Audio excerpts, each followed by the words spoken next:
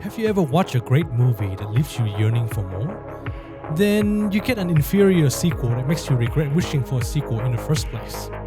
This begs one of cinema's most pressing questions. Do great movies need sequels, or should they be left alone? Thank you for tuning in to the Movie Beings podcast, and welcome to the first episode of our brand new series, Does It Need a Sequel? First into the arena is the year 2000 Ridley Scott's epic masterpiece, Gladiator.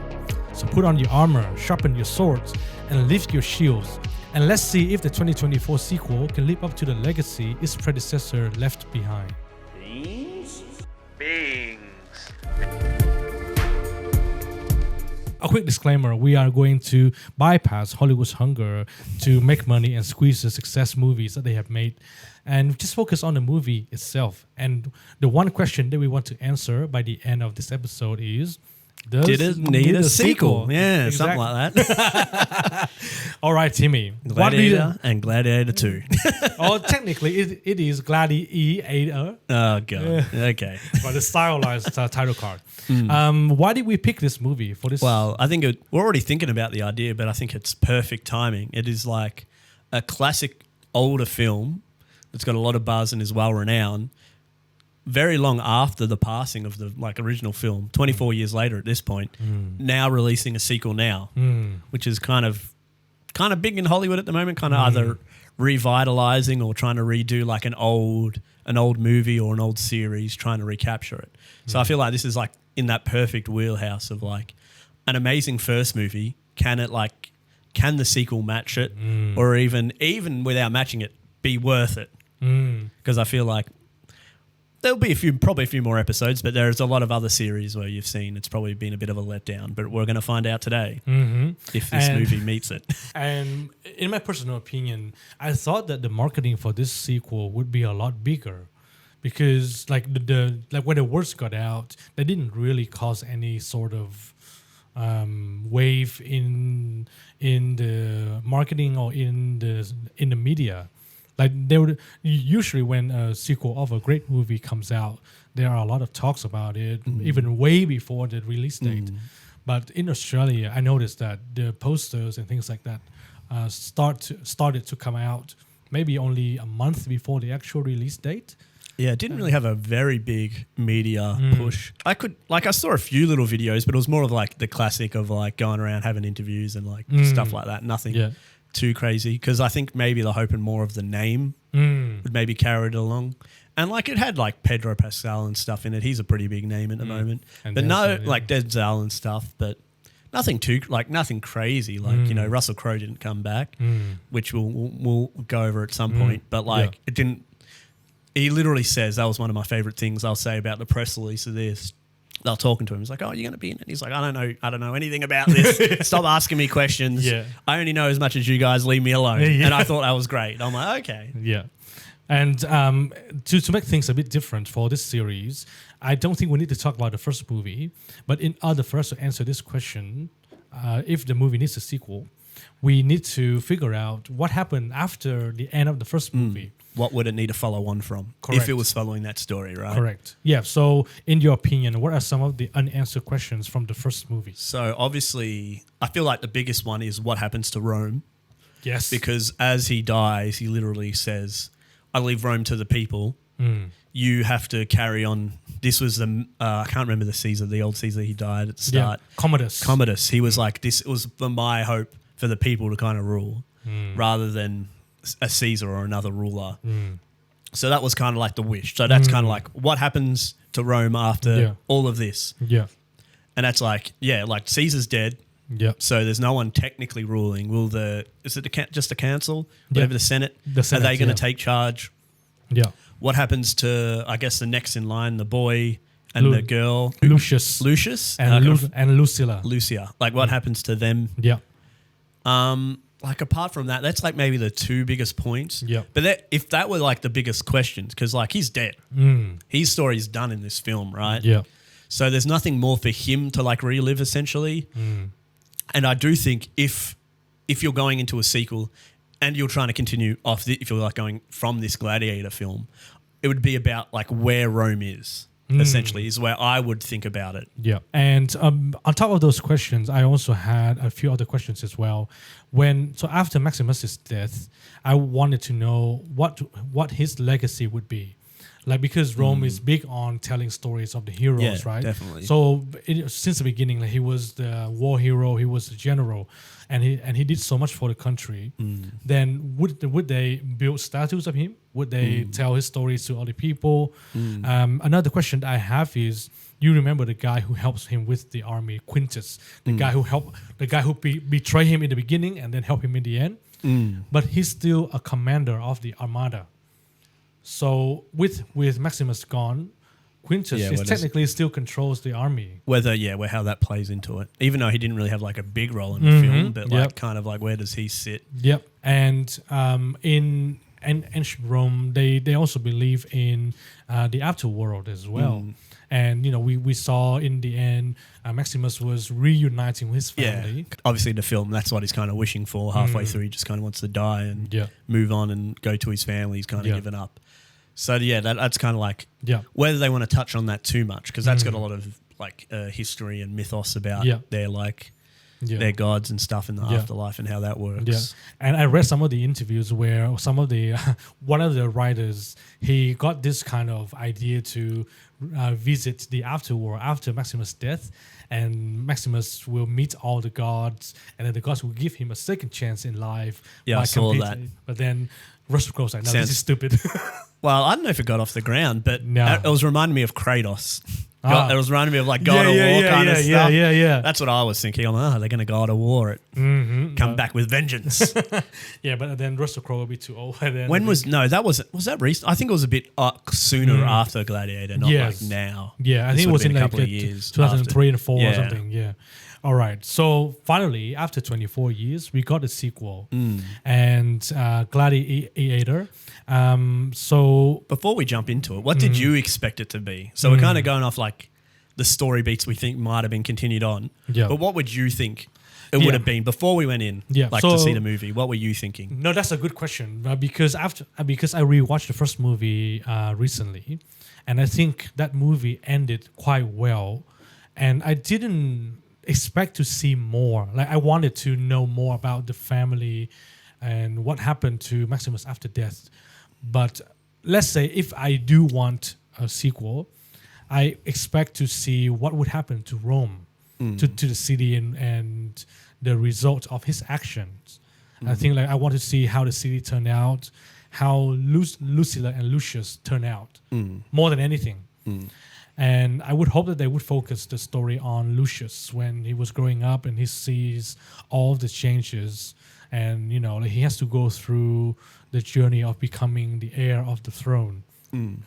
That's my biggest expectation. That's what you were thinking going in? Yeah. And what about yourself? Well, I thought they wouldn't even touch on this story because I thought it ended well. Yeah. Like that they would just leave it alone and just have like a new Gladiator story essentially, whether it's after this or before this, but just another Gladiator story. Like it's not called like Rome or something, right? It's not about the people of Rome. It's about a gladiator. Yeah. So it could be any story of a gladiator, right? Yeah. Doesn't necessarily have to fit inside the story of the first one, but it could just be a new gladiator. That's what I was thinking. I'm like, it will just be a different gladiator, right? It doesn't have to tie on to, the Maximus, first Maximus. It could maybe be like, maybe there's a story of him or something like that, but nothing like, leading off from him essentially. That's what I was thinking because I'm like, how do you follow on from him? Like you said, like them telling stories and like living his legacy that way makes sense. But also like, how do you carry his essence or even use his essence in another film? That's why I was more like, just leave it alone and just have like a new Gladiator story. Well, that's what I don't think, like they always think, well, mostly in Hollywood, it's like, we got to continue on from where left off, right? Yeah. And it reminds me as well, there was a short-lived TV series called Gladiator Blood and Sand or something. It was about a gladiator. Are you talking about Spartacus? Yes. What's the Spartacus? Yeah, probably. That's not anything to do. It's a similar story of Gladiator. I love that. I remember in like 2009, 10, I was even going to talk about it, but Spartacus, because it had an Australian guy in it who passed away in the first season, but they finished it. That was really good. But I know what you're thinking about. It's very similar, but because that's more about the fall of Rome. and how Spartacus is meant to be like the leader, one of the leaders of this fall. But yeah, I see what you're thinking about. But yeah. Okay.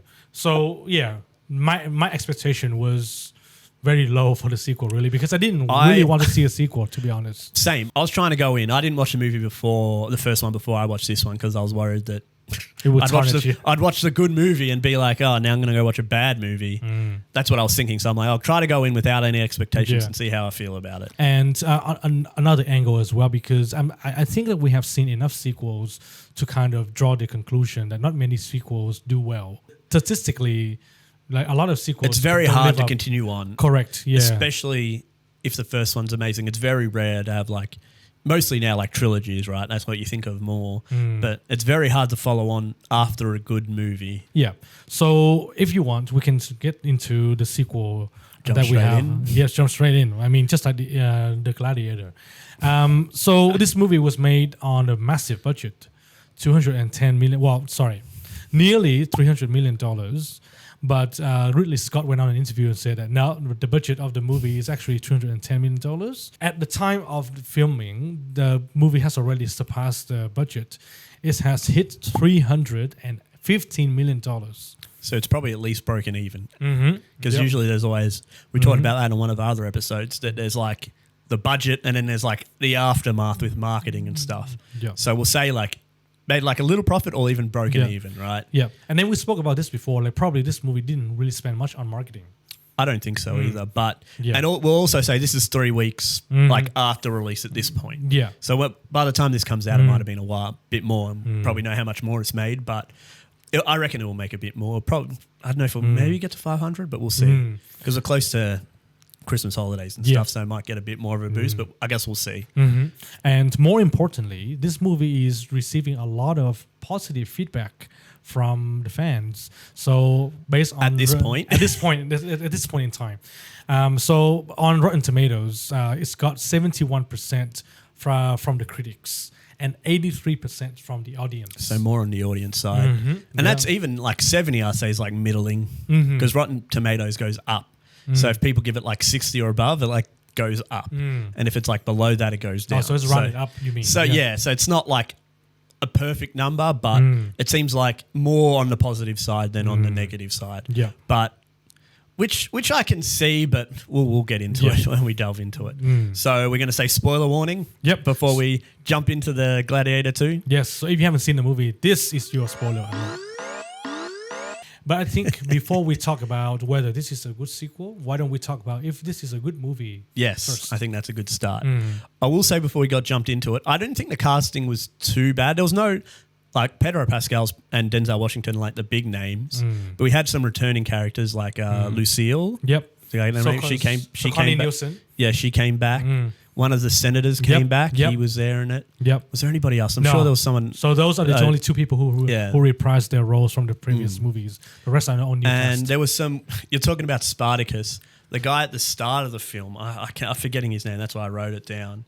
I think it was. Oh, no, it wasn't Matt Lucas is a British comedian. He was there. He was the announcer at the start of in the Colosseum. He was the one with the lion and like carrying. I thought he was fun. It was Peter Messer.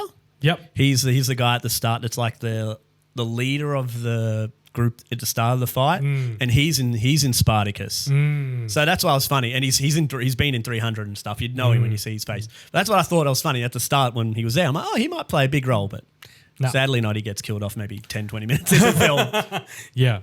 But was there anyone else I noticed? I feel like there's probably other people I noticed, but they stood out to me just because I knew Mac Lewis from Little Britain. I don't know if you've ever watched Little Britain, but he's been in Doctor Who and stuff. I don't know if you've ever watched Doctor Who, but yeah, he's a pretty like famous British comedian. But yeah, and that's even like Peter. I was like, oh, this is kind of cool. Like a guy that's done a lot of like Roman TV shows. It's kind of cool to see him. Yeah. And even like Pascal's usually great and stuff. I thought he was great in this, but we get into the rest of the film. But my first impression of the movie was that I didn't know whose story to follow, because we didn't start out with the main character. We started out with like the invasion of one of the towns. It was So we started out there, and then the perspective of the story kind of cut off into the general. So we follow Pascal and the main character. I can't. However, Hanno, yeah. Hanno, yeah. So the character is Hanno. Yeah, so that's kind of like the start. So it's just like a big war, classic Rome, trying to conquer more. Yeah. And then obviously they win. And then he's there. The main character there is living with his wife who gets killed in the war. She gets shot down by Pedro Pascal's character. Yeah. And so the other guy makes it, and he's like, "Oh, I'm gonna get revenge." Well, he doesn't say he's gonna get revenge straight away, but he gets captured by the Romans, turned into a slave, and then classic story, get into the slave, and he's like, "Oh, have to fight in the one of the smaller coliseums." Yeah. Gets spotted. He does the monkey fight. That's like what points him out, and then it's like the monkey man, and that's like the joke for a little bit. But yeah, like even that's not too rough. But I do get what you're talking about. I feel like this movie struggles a bit with kind of like this perspective of characters and like jumping around with who knows who and who knows what and everyone's like motivations and stuff. It's like a bit unfocused at times. Yes. But I even thought that opening scene was nearly the best scene for me. That war scene was pretty cool. Like I loved it. Yeah. I was like, oh, like the boats that they have, I don't know what they call like the ramps that they use and stuff. Yeah. It was crazy. Even that opening scene I really enjoyed. Yeah, I enjoyed it as well. That's what he does do. He does great, Ridley Scott, those like kind of open, big fight scenes. If there's anything I enjoyed in this film, it was those like fight scenes in the Coliseum or even that Star War scene at the start. And obviously with the developments of technology and, trainers, like the fight scene in this movie, I must admit they are very good. They're very entertaining. My first impression of the opening scene is like, oh, apparently this is a very intense scene. However, I didn't get enough of the stakes, like what's at stake. Yeah, right. Because in the beginning we have this beautiful shot of Hanno and his wife enjoying peace. I think are they farming or she's like doing the laundry? It's kind of she was doing the laundry. Yeah. But apparently she was one of the archers. Yeah, which I think it's like in a smaller, town, you need everyone to fight, especially in that era. Yeah. If you knew about Rome, you're probably like, everyone has to be able. I think that makes, it makes sense to me. That wasn't like, I'm like, whatever, she's a fighter. And you kind of already knew where it was going when I started. I'm like, okay.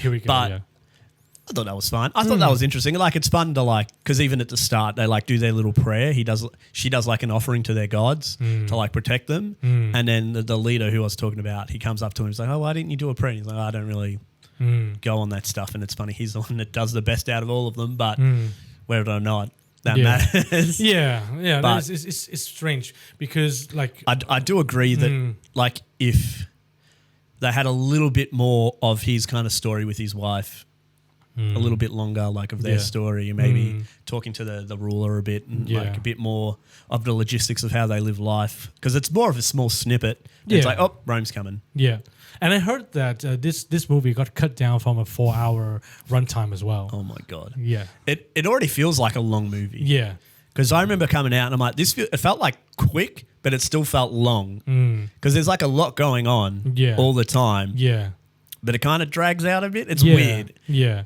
It's weird. Yeah, no, and it's hard for me to say this, but I couldn't really empathize with the main character at all. It's weird, huh? It's weird because like compared, well, I don't want to get into the first movie too much, but not yet. But it is there. He kind of goes through the steps, but you don't really feel it for him just yet. I feel agree, like if I would describe how this movie, everything kind of hits its beats, but that's kind of it. Yes. It doesn't feel too deserved with most of the characters. Yes. Like it's kind of like, oh, this needs to happen. There we go. Moving on. This needs to happen. Oh, that happens. Moving on. Yeah. It doesn't feel as earned through the film. That's what I felt most of the time when I was watching some of these things. I'm like, like, okay, we're just moving on. That happened. All right. Next thing. You're absolutely right. And I think that when I watch this movie, it gives me the feeling of like, oh, I'm supposed to care about his motivation, and the character is supposed to have this motivation and revenge and anger. But the way that they structure the story, I don't think it gives us enough time to build the empathy with the character. And even what they're going for as well with like this story. It is so weird, like how they're, like we've said before, that's kind of the reveal of who he really is. But even that does feels unearned and like weird because I can't remember who says it to him first, if it was his mother that came and said it to him. And then they have like the flashback of him as a kid, like running. Yes. And I'm like, okay. Yeah. Like, why did we have that scene? Like, I get it. He was a little kid on the run a bit, but like, you've told us now, like, this is kind of, like, was it necessary? Like, I could, at this point, I didn't really know, I didn't really see him as that yet until that cut scene. And I'm like, oh, okay. Initially, I thought in the movie, I'm like, oh, this is like a mistake, right? That'd be kind of a cool twist to be like, oh, it's not really him. She's just mistaken. She just wanted him to be him, right? But then when I saw that clip, I'm like, okay, he is him. I'm like, okay. So there it is. And then everyone knows already. Like, it's funny. I was like, oh, the mother knows. She like tells Pedro Pascal. He knows. He's the Denzel Washington character. He finds out as well. So he knows. I feel like they all know. And he denies it. And I'm like, why are you even bothering? Like, it wasn't much of a reveal. It kind of, like I said, it kind of just like, oh, this needs to happen. There it is. Yeah. And I'm like, okay. Yeah. And it felt like I said, felt a bit undeserved. I'm like, oh, okay. And a new point as well, like the reveal of his origin is supposed to make him like he's the official heir of the throne or something, right? But then the reveal didn't really add to the story at all. Because then it also like changes his motivation a bit. Yes. Because at this point, he's like, he wants vengeance on Pedro Pascal's character for killing his wife. And so he denies it at the start. But then through all the Colosseum fights, he ends up fighting him because Pedro Pascal was trying to do a bloody coup. And even that, like, see, there's so many story beats to this film. And he gets caught and they're like, oh, wouldn't it be funny to watch him fight in the Colosseum or whatever? And at this point, he's like well-known Colosseum fighter, Gladiator, so he fights him. And he's thinking he's going to get his revenge. But then Pedro Pascal's like, oh, I know who you are. You know, I know who you are, you know, like, I loved your mother and your father and stuff. And it's like, this would have been better if they didn't reveal it or something. Like, or if the mother found out and didn't tell him. Like, I feel like there was a better way to do the reveal. Yeah. Like, the reveal's kind of wasted. Yeah. With the mum confronting him. Yeah.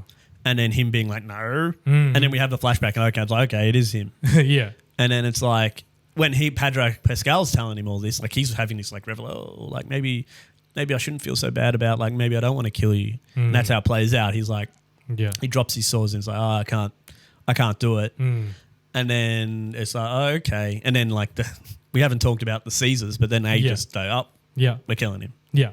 And like when I watched the movie and I was like, okay, maybe it's just for me, but I want to have a clear image of the hero and the obstacle that the hero has to go through. I think if we compare it with the first movie, we know, Maximus is the hero. He's going through all these challenges, and in order for him to overcome, to get to his destiny, I would say, that he needs to overcome this obstacle, which is Caesar, and it's more than just like, oh, this is going to be solved by violence. It's much bigger than that. Yeah. And I think this is what the first movie did very well. Like we know that Maximus' end goal is not about war. Like he doesn't want to take on the responsibility of the country, but it was bestowed upon him by the previous Caesar. And it's like that is an internal conflict that he has with his goal to go home. But then he has this responsibility to the country. So but in this sequel, Hanno's motivation is all about vengeance. Well, at the start. Yeah. And then when Pedro Pascal tells him this stuff, he kind of changes. He's like, oh, now I'm heir apparent. That's what I want. Yeah. And it's such a weird change. Yes. Like he's lived most of his life away from here. And now he's like, yep, I'm the prince. I should be in charge. Okay, this is my goal now. And I'm like, what? What's going on? Like, I feel like there needed to be a bit more struggle with him dealing with the idea of like losing it, or even wanting to be in charge of Rome. Like, I feel like he's just like, okay, I've accepted that. Okay, that's who I am. Yeah, exactly. I'm gonna be like in charge now. And it's like, okay, like. Yet again, like kind of unearned. He's just like, oh, that's who I am. That's my name. Yeah. I'm just going to take it. Like it can happen that way, but in this film, like it doesn't really delve into it. It just goes like, oh, that's who he is. Let's do it. Yep. And because there's so much going on, like every character has like the arc. Because like we have Denzel's arc, we have Pedro Pascal's arc, we have his mother, Lucy, she's got her own arc. We've got the Caesars. They've got like their own story. I did like them. I thought they were kind of menacing and terrifying. And they're all got all these stories kind of going on. And you're like, what? Like, I feel like if we go to like the first movie, it's much more focused on Maximus. All this other stuff's kind of going on, but it's still surrounded around him most of the time, where I feel like most of these other plot points really aren't around him, Louis, at all. Like he's kind of half the movie sometimes not really that important to it. Yeah, correct. And to add to your point earlier as well, the Hanno's character's motivations feels a lot more external. You know, like if we compare him to Maximus' motivation, it comes from within. He has this motivation. He wants to achieve certain goals. But Hanno's, the first motivation came when the invasion happened. Yep. Now this is my new goal. Oh, but now my new goal is gone. Oh, I need to get a new goal. Oh, and then because I'm the heir. Okay, so I guess that's my new goal. Because it's more that he's like his vengeance doesn't mean anything anymore. But now it's like, here's like the next driving force for him. Yeah. It's going to be about him trying to like take the throne or whatever. And it's like, okay, like it's not really what this character was going for. Correct. Because in Maximus' story, he's kind of like he gets betrayed. He's kind of thrown to the waste. Everyone's killed, so he gives up.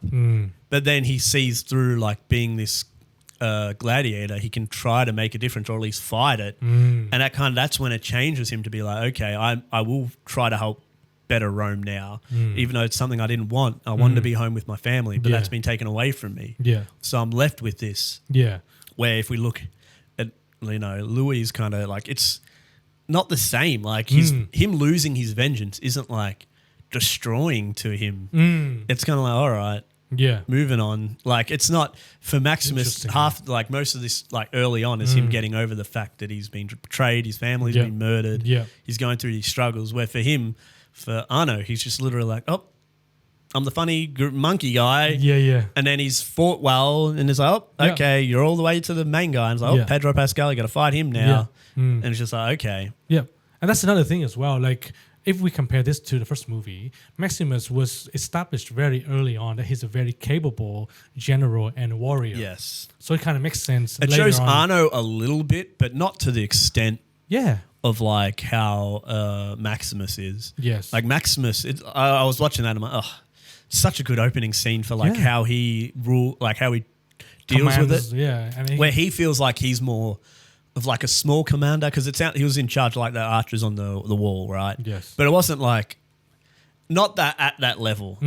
Not that it's like he wouldn't have any kind of leadership skill, but like compared to Maximus, right? Correct. And do you think that this is like a copy and paste kind of formula in the second movie as well? I don't know how much you want to quickly delve into like comparing stuff completely before we finish like Gladiator 2, but before we jump into maybe comparing, is there anything else in Gladiator 2? Like, there's so much to like kind of go over in this story. Yeah, but I know, but there are a lot of things to cover. Like, but like, do you want to go over Denzel's Washington? Let's do it. Yeah, let's go through the villains. Yeah, the main villain. We can say maybe it was better off starting with the Caesars before Denzel. Yeah. So the Caesars are kind of just like two evil twins that are like maniacal and like unhinged. Yeah, and I found out they are actually Marcus's grandchildren. Okay, because that's what I was trying to think. I was like, I don't remember if it says who they are. No. But sometimes, like, in old times, it doesn't really matter. They could false a claim or whatever. But it's crazy that because that's what's even weirder that, like, because it has, like, the opening scroll as well. And it's like they've forgotten all this after what? It's like 15 years or something. I can't remember what it says. 15 years, And it's like, oh, okay. So it's literally, like, all of the stuff that happened in the previous movies kind of forgotten and then moved on. Yeah. And it's already lost. So I'm like, okay. Yeah. And for me, it was like a slap to the face because we were literally talking about like some of the questions left unanswered from the first movie. What would happen to Rome? Nothing. Like nothing happened to the first. It's just kind of it's the way it was before, essentially. Yeah, exactly. And it feels very forced. And it's hard when it's in the scroll as well because that could have been something interesting to go over as well, to be like delving into how these guys came into power a bit. Yeah. But that's what I like. The movie was already so long. And you've got all these kind of players. How do you get into it? Yeah. Because I think it's fine that they're kind of both a bit maniacal. The other brother's just insane with his monkey and stuff, and how Denzel Washington like gets their trust, kind of whispers in their ears a bit to get them to betray each other a bit. Yeah, and those scenes were brutal as hell with Denzel. killing his brother and stuff. I'm like, oh my God. Yeah. Look, I will say it looks like Denzel had a great time in this movie. He had a wonderful time. Yes. But yeah, so like these characters are not loved, obviously hated because they're just terrible people. And then like once they kill the older brother, the crazy brother gets in charge and he announces his monkey. I forget his name. Yeah. But I know that happened in Rome, right? Like that actually happened, that one of them named their monkey as their like... The consul. Yeah, and I'm like, oh my God. Which is, crazy people can get in charge. But so that's their kind of story. But I don't think it plays into Arno's story much at all, just apart from they're just like the evil rulers. Yeah. And I think the dynamic between Denzel's character, so Maximus and the two Caesars, are super interesting. But the thing is... I do think it is, yeah. I mean, and because of that, the dynamic and the conflict, it seems like Hanno is just there. Like that's what I mean. That's why it's hard in this film Yeah. sometimes, because it's not really focusing on him. Yeah. Where like I don't want to go into the other movies just yet too much, but yeah, so it's like it takes the focus off him a lot.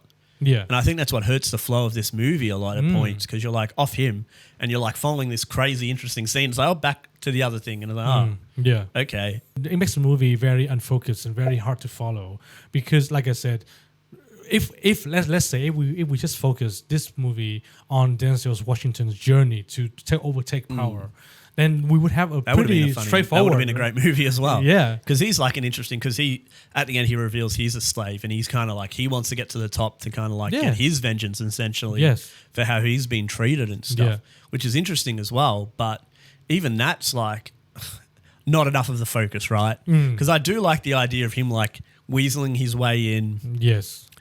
He had that other senator that he got. He owed him like billions of gold coins or whatever. So he bought him so he could like get into the Senate. Got all the votes because he started. He's like, you got to get me in now. So I like that idea because he was a great schemer. It seemed until uncertain points, but. So he schemed all the way to the top, essentially. But then when he knew who Arno was, when he found out who he was, but left him kind of to his own devices and in his own men and his own, like, you'd feel like he would have, like, either had him killed already or had him much better protected. But no, he can't just let him go. Yeah. And then at the end, when, like, it's the climax and, like, everything happens, he's like, I'm surprised this smart, like, guy, like, let this happen. Yeah. And then it was just like, okay. It's just like, if we get to like kind of like what the end of the film goes to is like him, Louis trying to like take back, and he has his like big speech at the end. He has like two big speeches. One when he talks to all the gladiators, which I didn't get. He wasn't really that brought in by the gladiators. Yeah. And it even showed at that point a lot of the other gladiators were captured soldiers from other armies. Yeah. That were fighting the Romans, and he's talking about the honor of bringing honor back to the Rome. Yeah. And I'm like, mate, all these people are not from Rome and you're telling them to fight for the justice and like honor of Rome. That sounds insane to me. And why would any of these guys follow them? Yeah. Like he had like a couple of good fights, but it wasn't built up at all. No. Like another thing he's just given. And then it's like, because I'm I'm next in charge, I've got this ring. Go talk to the army that was waiting for Pedro and I'll take him. Just say, I'm the son of Marcus Aurelius. I'm ready to take over. And you go, all right.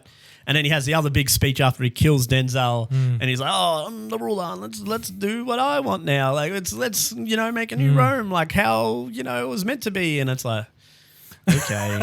I feel like it was just like all these things just happened, and I'm like, I was like, whatever. And the core message is like, this is who you are supposed to be. So just step up and claim what's rightfully yours. Yeah, if that was anything, it was like going to your destiny, essentially. Yeah, pretty much. Which I think is even like, I don't know. Like, I'm sure there's other stuff we've missed, but like, I just feel like so much. I feel like the thing that hurts this movie the most tries to do too much. There's so much going on that you're just like, okay. And you don't have enough time to focus on one character or even give it enough time, even though it's a long ass movie. And like you said, I couldn't imagine what a 4 hours. It's supposed to be a 4 hours. It's me of bloody Justice League. Like how much more time would it have? Would it make it any better? Because I don't know how you felt about like some of the editing and cutting in this movie. It felt terrible. Yeah. I wrote down some of my funniest scenes. One of my favorite one, Pedro and his wife, the mother were like scheming. Yeah. Like, let's do this. And it like quickly cuts to the lady and she's like, like looking behind her like I'm like, we already kind of knew what she was doing, but it like cuts in the middle of their conversation. Yeah. Like, why not cut at the end? Interrupts their conversation. Yeah. And there's a lot of shots in this film where it's like, oh, here's a conversation, here's a lovely shot, and then it just cuts randomly to something, and I'm like, what? Mm-hmm. Who cut this? Like, why aren't we focusing on the main attention? Yeah. Like, I get the idea of building like the atmosphere of the world and like what's happening. That's fine, but it does it in weird cuts. Yeah, and I heard its flow a lot. There's so many times I'm like, oh, I was with my mate Jordan, who's on this before.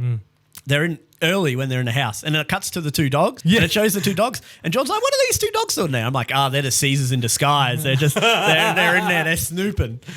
Oh my God. Because then I'm like, we'll get back to it later, and the dogs will be in there. They're like telling the Caesars like what happened. they're the spies. Yeah, oh my God. Nah, I mean, I completely agree with you. I think that this movie it feels really rushed, but then it feels really slow as well because they are trying to do so many different storylines. Yeah. I mean, do you agree with the scores that Rotten Tomatoes got? Well, like I was explaining before, I don't think if there's more people that say it's positive, it gives it positive, right? Yeah. So there has to be a lot of people to give it negative to make it negative. Yeah. So like, if I had to, I'd maybe give it like are we talking about by itself at the moment? Yeah, just by itself. We're saying it by itself. I'd maybe like 5. Like, I think there's some fun action scenes. And the stuff with the Caesars and Denzel are like fun to watch. Yeah. But then sometimes there's like a lot of scenes that are just a bit boring and a bit long. I agree. I think overall, as a movie by itself, it's like I would give mid. it 4.5. It's like, 5. yeah. And I wouldn't watch it again. No. It's very middling. It's just kind of like, had some cool, interesting scenes. Like Ridley Scott always has amazing scenes. Yeah. Like visually. Yeah. But like, it's just like not as interesting. And I'm sure you've seen this interview where Russell Crowe discussed some of the scenes with Ridley Scott, and I think that kind of helped the first movie quite a lot, because Ridley has certain visions that he wants to achieve, but then Russell Crowe kind of challenged his ideals as well. So but it seems like in the sequel, no one challenged Ridley Scott. It's also hard, like, Ridley Scott's been up and down of late. Like, I haven't watched Napoleon, but apparently that's not, like, that great. Yeah. And if we talk about some of, like, Prometheus and stuff, I didn't mind Prometheus, but, like, I know that hasn't got a great reputation. Yeah. And even, I think he did Covenant as well, and not many people like Covenant. So he's been a bit all over the place recently, because there has been, did he do Mars with, what have I forgotten his name? Matt Damon? I think so. Yeah, he directed that. That's why I was like, oh, this is amazing. I thought this was a really good movie. Yeah. So he has been kind of like a bit all over the place with stuff.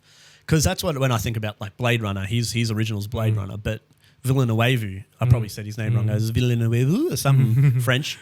But like he didn't direct that. I like that idea. Like we could talk about how to make it right, but it just doesn't land, I feel. No, I think so too. Like we'll probably move into like comparing it to the original. But let's do it. Yeah, and I think like as a movie itself, I don't think it's a good movie. But now, if we want to focus on the elements of being a sequel, yes, let's talk where does about it land? Let's talk about the main character, Maximus and Lucius Aurelius or Hanno. First thing comes to my mind, the motivation. The motivation is clearly defined in the first movie within the first 5 minutes, because I really like the short dialogues that he has with Caesar, the old Caesars, with Marcus in the first movie. One of the things that sticks to my mind was when he finished the battle and he came back and he was like, Caesar, can I go home? Like he makes it very clear he wants to go home. It's a very long sequence for him to get to the point. Like you could even argue it's like nearly 40 minutes, an hour before his like motivations are made clear. Because he goes through all this stuff, like you're saying. He's like, go and fight in the war. They've won. Yeah. He goes to the Caesar. He's like, please, I just want to go home. But he's like, okay. Yeah. No. But one of the scenes I like about the first movie is when Caesar asked him, how long have you been away from home? He was like 230 days, 3 nights, and this morning. He knows, yeah. Like he's counting the days he gets to go home. But obviously, when he knows that he cannot go home just yet. No, but actually, in the first movie, he was pardoned to go home first. But because Caesar was not feeling well, and he knows that his time would come soon. But also, Commodus asked him to take over. He said, after I die, I want you to rule and then pass it off to the Senate or something, like turn it over to the people. Yes, into a republic. and Maximus declines straight away and says, "No, I don't want any of this." So within within those 5 minutes, you get established like, yep, he wants to go home. He doesn't want to take on any responsibility. The jealousy of Commodus, because Commodus is a power-hungry person, and you know the motivation of the hero. You know the motivation of the villain as well. Because he even asks about. He says, "Come fight with me as well." Like, oh, yeah, he people asks them to stand be. up. Yeah. So it's like it does a great like setup of like where everyone's at early, and I don't think he doesn't want any of the pressure. I think he's just tired. And he wants to rest. I think that's fair that he just wants a break. Like he's done a lot of work. Yeah. It's kind of the same if we compare it to Pedro Pascal. Yeah. He's a similar way as well. Yes. Early on in the movie, he wins the war. He comes back to the Caesars. He's like, hey, I'd love to not do any more wars. And like, guess what, buddy? We've got, was it East? We're going to go East. India and stuff. Yeah. So I was like, it's similar in that way. Like we've got this guy that's like wants to give up, wants to have a break, wants to be with his wife. And then the Caesar's like, no, I want more from you. I need you to keep going. Yeah. But it's just a very, it seems like they take these aspects of Maximus and just put in another person, which I think it just removes different parts. Yeah. They like take different parts of his story and kind of put it through Gladiator II with different characters and stuff. But kind of the ideas are still there. That's the thing. Yeah. So if we go back to Maximus, so he has this. The old Caesar gets killed by the son. Yeah. He takes over and then says he's a traitor because he knows he heard the conversation, right? So he knows that his father wanted him to actually rule. Yes. And he knows he carries a lot of favor. Yes. So he got rid of him. Yeah. And even got one of his commanders, Quintus, to betray Maximus as well. Yeah, exactly. And I think this is a great setup for the next adventure because from the beginning, the hero pretty much got the army, he's competent, and then one of his most trusted warrior betray him. So like you put him into a disadvantage again. And I think that's a great way to let the hero go through the journey. Because he even escapes because he's worried about his family. Because they're going to execute him and then he like escapes and runs back to his family. Yeah. And that's a brutal scene as well when he goes to his house and I think it's his boy that's hanging there. Yeah. And it's like, oh my God. Yeah. And it's like, he's done. Yeah. And that's when he kind of gives up. And that's when he gets captured by the slaves. And then he kind of goes through like a bit of a regeneration of kind of like, he meets his mate and he's just like, oh, I'm going to keep you alive. Don't worry. Don't die just yet. Yeah, don't die just yet. And then he kind of goes into that and then he comes, he like, he doesn't want to fight at the beginning, but then he kind of forced to fight, and he shows he's a good fighter, obviously. Yeah. And kind of and even the camaraderie with the other gladiators as well. It feels a bit more natural in this. Yes, a lot more natural. That like he builds up this following with the other gladiators because he's like actually a good leader, and has shown it. He is also like, connecting with these people and joking around a bit. In 2. There's like a few jokes and there's like a few scenes where they work together, but not like compared to the first movie. Yeah. I feel like there's a good like half an hour of them like all the gladiators like working together and fighting together. Yeah. Where in the second one, it's just those main fights really. Yeah. And there's like maybe one time they laugh about him being the monkey biter. Yeah. And it's like, okay, how's this? Okay, they teased him. And if we compare the two biggest, the two big fight scenes where the main character kind of established his position within the gladiators. The first one is the first fight with the Amazon warriors on the horse chariots. On the chariots. In the second one is the shark. The shark. The rhino was first. Yeah. Yeah. If you want to choose, like, there was like, they have the two, there's like 2 or 3 big battles in both. So there's the chariot, and they would say that's with the rhino, similar thing, like a rider. Okay. Yeah. Fair enough. And then the second one, you got like the boats on the shark, which I thought was kind of a cool scene. And then even with him, it was them playing, what was his second scene? That was with the tigers, wasn't it? Yeah. Against like the old gladiator. The tigress, yeah. They brought out a retirement after like, was it 10 years or something of not fighting? I feel like that's a bit unfair. Stop it. Get some help. Asking like Michael Jordan to come out. I was like, hey, can you just like duel against LeBron, please? He's only 28. It's fine. Or Mike Tyson. Yeah. Well, that's probably a better one. Jake Paul, Mike Tyson.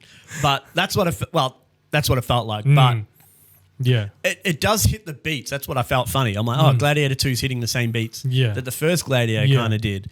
And then they have like almost the penultimate fight. But it felt very similar. But I felt like Maximus felt more earned. Yeah. And even the reveal of his secrets. So they both got secrets that get revealed. Yeah. For Arno, it's like, whatever. In Maximus, it's a big thing. He wins a fight. Caesar comes down. Commodus is like, oh, great fight. Like, show me your mask. Show me your mask. Like he deliberately chose a mask to hide his face. Yeah. And then when he takes it off, he's like, I'm Maximus Aurelius, of the commander of the blah, blah, blah, blah, blah, blah. My name is Maximus Decimus Meridius, commander of the armies of the North, general of the Felix Legions, loyal servant to the true emperor, Marcus Aurelius, father to a murdered son, husband to a murdered wife, and I will have my vengeance in this life or the next. And it's like a big entrance in his face, you can see. Yeah. And then everyone else is like, oh my God. Yeah. And it's just like, you know, a huge scene to reveal his secret. Yeah. Where in the second movie, it was like, I'm the son. and it's just like, oh, this is my new motivation. Oh, you know, Yeah. it's not really used very well, I feel. I completely agree. Even if it was used in a similar way, that it's just like there was a fight and he kind of reveals himself to be the old, you know, the son, or, you know, he's the grandson. So he's actually the proper ruler. Yeah. So that's why I was like, oh, I'm like, oh, that's similar in that way as well. But it just wasn't done as well. I agree, and and I think some of the things that help with the review are the little things. You know, like for example, in the first movie, they always when the guy who runs the gladiators, they say, when Caesar comes to you, you never turn your back to him because it's just showing respect. Yeah. It's just the little things, and then later he does it. Exactly. I mean, in this one, just like here's the review. Okay. So And then he's a great character as well because he's not the same as Denzel as well. Like he's not scheming or anything. But he just wants to be in the Colosseum. He just wants to have good gladiators, right? Even when near the end of the movie, when Maximus comes to him about their great plan, about like what they're trying to do, he was even like hesitant, but he does help him because he does believe. Because he was close with the old Caesar in the sense that he touched him. What did he say? Touched him once or spoke to him once. Yeah. When he got his freedom. Yes. So, but even that, you felt that a bit more. So it's like, oh, there's a bit more there for it. Yeah. Where Denzel was like another schemer essentially. Yes. Which is, there's nothing wrong, but it's just like A bit too much. when you've already got like the scheming of like Pedro's character and the wife, his mother was also scheming. Yeah. So it's like you've got like 4 or 5 characters all scheming. And then it's not really involving Lucius till like the end essentially, where he's like, oh, go give the ring to the army and tell them who I am. And then even the reveal of him being Maximus's son, which it kind of touches on a little bit in the first movie, but doesn't really go into. But in this, he uses that a bit, but not really well either. Yeah. Because I liked the Doctor in the second movie. Yeah. He was a fun character, but I feel like we don't get to see him too much. But he takes him to where they have like a little memorial for Maximus. Yeah. And even that's like, I'm like, oh, okay. And even then I knew, I'm like, oh, he's going to go take the armor, isn't he? And I hadn't seen him. Oh, there he is. He has the armor. So it's like he's trying to live through Maximus, right? And I think that's a great aspect for Gladiator 2. They're still trying to live through Maximus without him. And it hurts this film. Yes. Because I'm sure there's still more other stuff we could like talk about. Like even like the scheming doesn't feel as good compared to the first one. Yeah.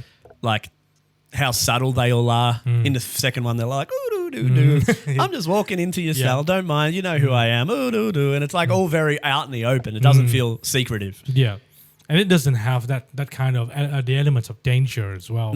Because if you compare the scheming in the first movie, you understand the motivation of the Senate, because the Senate was making all the decisions, and then kind of Commodus took over the power, and it's like, I'm going to resolve. He wanted to get rid of them all Exactly, as well. like the motivation of them trying to fight over, and you could see how they adapt to the new situation as well. They said, now we're just going to wait for the right time. Everything that he says will go. We would just smile and nod, things like that. But in this, like the Senate was just like in the background, and just got brought up because Denzel wanted to be part of the Senate, you know. Well, we knew his motivations for wanting to be there, but he became like the main player essentially. I agree. Where either they maybe should have like either got rid of his character or even maybe put him in a lesser role that he wasn't scheming, and maybe put Pedro in a bigger role, and have that like end fight be the end. Maybe the army comes in at the end for him, but he doesn't want to kill him, and then the Caesars kill him, but then the army comes in anyway. But maybe that's when he like hands him the ring or something, or like it's a bit more poignant there rather than does his mother? I think his mother gives him the ring later in the cell. Yeah, because that's what we've said this already before. So much going on, but it's just not like nearly every part of this film is just not as good as the first movie. I agree, and I think and also there are a lot of deaths in this movie in the sequel as well, but none of those deaths have any kind of gravitas to it. Like in the first movie, like when one of Maximus's commander who came back and helped him to escape with a coup, and when that guy got killed, it's like, oh shit, like like even that scene's brutal as well. Another hanging scene that's brutal. Yeah, like he sees him and then the horse runs off and that's when you're like, it's done. Yeah. It's failed. Yeah, and then and because his death means much more than just what it is, and it's built up for a long time. Yeah. Because he sees him at the Colosseum. He goes and like, you know, and then he even talks to the woman. Why I keep forgetting her name, Lucia. But he like goes to her and is like, I used to fight with Maximus. You know, we need maybe you should we can try to like get something going here. Yeah. And if we want to use the image in the sequel, the image of the ring. Let's say if they want to use that as a representation of power and inheritance, they should establish that in the beginning. And like let's say if they want to say, okay, who has the ring will control the army, for example, then that understanding needs to be set up with everybody, with the army first, right? If they see, okay, this guy has the ring, I think it's more proof because it was Pedro's ring, so his men would know it's his. So that's the idea that. He's using that to confirm who he is. Yeah, he's like, how would I have got this ring otherwise, right? Yeah, like I would have had to known him or even like his wife. Yeah. So it's like more confirmation more than anything, right? It's not about what power it holds; it's more about what it says. Yeah. So like, I don't think it needed to like have any more power or anything, or even more like significance or something, but. Just used in a better way. I think so. I mean, like if we use that as an example, like in the Lord of the Rings, they use the ring as like the symbolization of evil, for example. And in this case, I just think that it needs a bit more establishment. Like for example, Pedro Pascal's character got the ring, and he was like, "This ring represents power, you know. Or this ring represents my loyalty to the army, whatever." Right? So. Like we have that understanding among the people. So when that ring get passed on to another person, the whole army like, yep, this, like we know this, the person who holds the ring has the power, for example. But it wasn't established, and we're just like, yep. In the end, his mother gave him the ring. Yep, here's the ring. Here's your inheritance, basically. Yeah, like I won't deny that it's not like earned very much. Like I don't think the significance needs to be pointed out much more in this film. Yeah. Like, I think it still does a fine job, but I think it's just more the fact that it was just like so caught up with so many ideas of what it wanted to do. It just hurt it, where I feel like in the first Gladiator, it's so clear with what it wants to do. It's literally like Maximus overcoming his like trauma and his, where he's at, and then like understanding what he wanted to do, that maybe he can still help Rome and for a better future, and like getting to that point. And then even when it backfires, he still fights. Like that final fight with him and Commodus is amazing. Him like in and out of consciousness, like almost dying, standing, fighting. And then when they like talk to him about like, what do you want to do with Rome? He like snaps into like consciousness to like talk to them. It's like, this is what we should be trying to do. This is kind of the last words of the last Caesar that he wanted to do. And then he just like dies. And it's like such a poignant moment. Where in this, in 2, it's more about speeches and legacy and stuff. And it's like, okay. Like, it's just all a bit, it's just not as well done. I was so surprised, like we're talking about before, they followed on the story where I thought it didn't need it. Like, I don't think it was necessary. Yeah. Even though, like, Russell Crowe's character isn't in the movie, I just still feel like this is somewhat of like a Maximus film. Yeah. When it didn't need to be. And I feel like it hurts it a lot that they're trying to like either recapture or reuse his image for the characters in this film. Yeah. Because he holds so much weight to so many characters in this. Yes. But it's just kind of wasted. And it's just like, okay. I agree. Completely agree. And another point that I want to compare is the villain. So if we really want to focus on the villains, in the first movie, it was Commodus. And in the second movie, who do you want to compare it with? Do you want to compare him with the two Caesars? Or do you Well, I want would to compare say it it's Denzel. Denzel's the main Maximus, villain. yeah. Yeah, he's the main villain. Even though they have the Caesars Yeah. and they are bad people. Yeah. But they're not like the end protagonist. Yeah. Or, you know, it ends up being, you know, Denzel. Yeah. Which is even weird as well. It's like, oh, I think it's meant to be like a twist or whatever. It's like, oh, the guy that helped him actually is the bad guy now or whatever. And it's like, okay, I guess. Like, he doesn't have any more or less weight than I would say the Caesars would have had. But I don't know. I wasn't, like, comparatively to the first movie where it was just like clear cut, one guy, and that was the end of it. It wasn't like the plotting wasn't about having a new leader.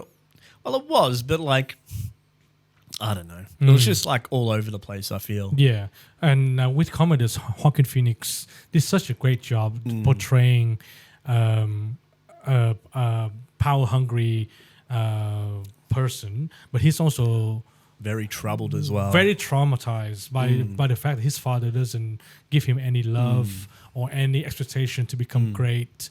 And he disagrees with his father's philosophies and how to run the country. And like those things, I think, set up a very good understanding of the villain. Because I think we discussed this at length before. What makes a good villain is the fact that they believe that they are the hero of their own stories. In Denzel's case, I think we kind of saw that a little bit. Like we after he explained it to us that he wanted to do it.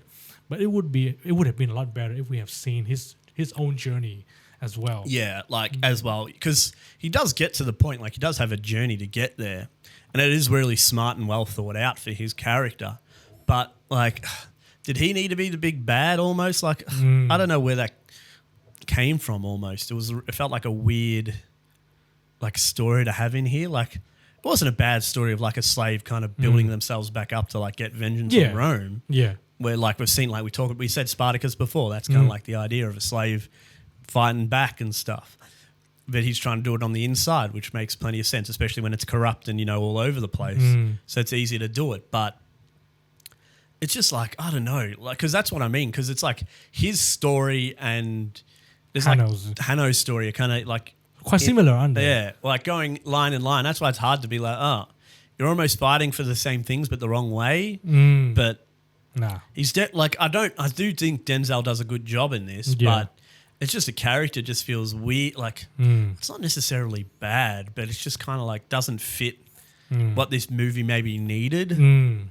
Like a little less focus, or even maybe even I don't know, even maybe they didn't have Caesars or something. Like I don't know, that it feels like they just need to take out something from this to have a bit more focus on like your main or the people you want to focus on more, right? Yeah.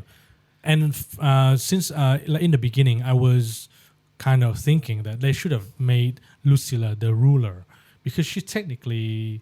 Well, that's what I was like. If they were doing it that way, it makes sense for her to be in charge, right? Yes. And then Denzel would have been the schemer to overthrow her. And then, you know, because of this, she would find out that Hanno is her son.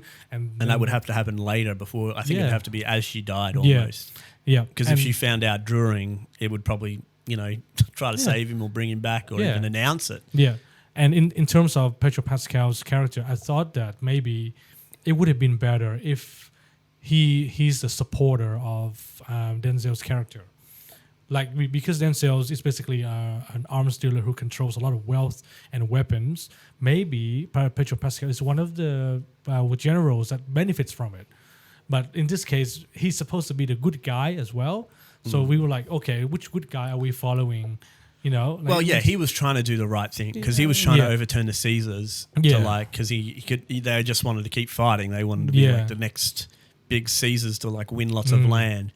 But it was just like he was sick of it, which I think is fair. Like, it's not like I didn't believe any of his story beats or what he wanted. It was, like I said, there was just so much going on that it was just like, okay. Yeah. Because by the end of it, his story kind of like off to the side more. Exactly. It was more like, oh, he was kind of there because his army was there for Louis to kind of take it. Yeah.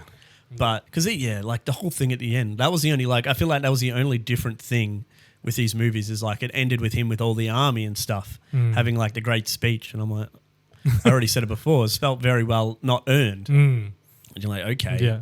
he's meant to be this great leader of men, but it's not really. No. It's like not shown as much, or it could have been, but Yeah. like you said, maybe the earlier bits kind of showed his leadership a bit more or something, even when he was in like somewhere in Africa, wherever I don't know where exactly the place was again, but yeah, I feel like if we're going to get back to the start, did this need a sequel, Darren? I think this movie, the first Gladiator, doesn't need a sequel. No. I think it should be left alone. And I mean, to be fair, if they want to expand on the story, just like you said, maybe they can just focus on the history of gladiators, the history of how it came about, and it can be like a spin-off or like a TV series, right? Like a separate thing, like a completely different thing. Not a movie, yeah. But not a sequel to the first movie. Because I think that's what hurts this. I would agree that there did not need to be a sequel. No. And even when they did, like I feel like it's very hard to follow up a movie like that and still try to carry on the story. Yeah. Without it being like, feels hard to not be like, oh, what was this? Why did this happen? Why did this happen? Why did this happen? Yeah. And it's just like a bit all over the place. Yeah. And it's just like, oh, like out of everything they could have done, I'm like, oh, it makes sense. These were the only characters they had left from the first movie, so they all have to come back and play like a big part in this movie.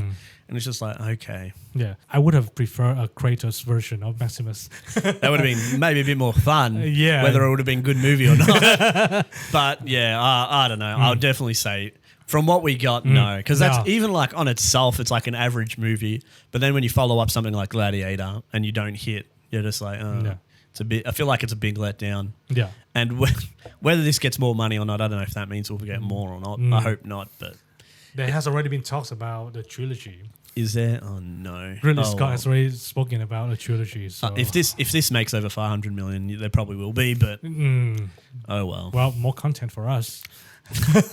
Does this need a sequel? Anything else you want to add? No, I think I'm sad enough already. I know. I think that's a good ending point. I know. Just watch the first Gladiator. Don't worry about the second one. Well, I mean, if you really want to watch it, just for the sake of it, sure. Wait till it's out of the cinema. Yeah, wait until it goes into a DVD or something. All right, thank you very much for tuning into this new series. New series. Does it need a sequel? And to answer today's question, no. Big no. No, it doesn't need a sequel. Let us know what you think in the comments, and subscribe to our channel for the newest episodes. Click on the bell button as well. And until then, my name is Darren, And I am Tim. and this has been Movie Beings. Does it need a sequel? Doesn't need a sequel.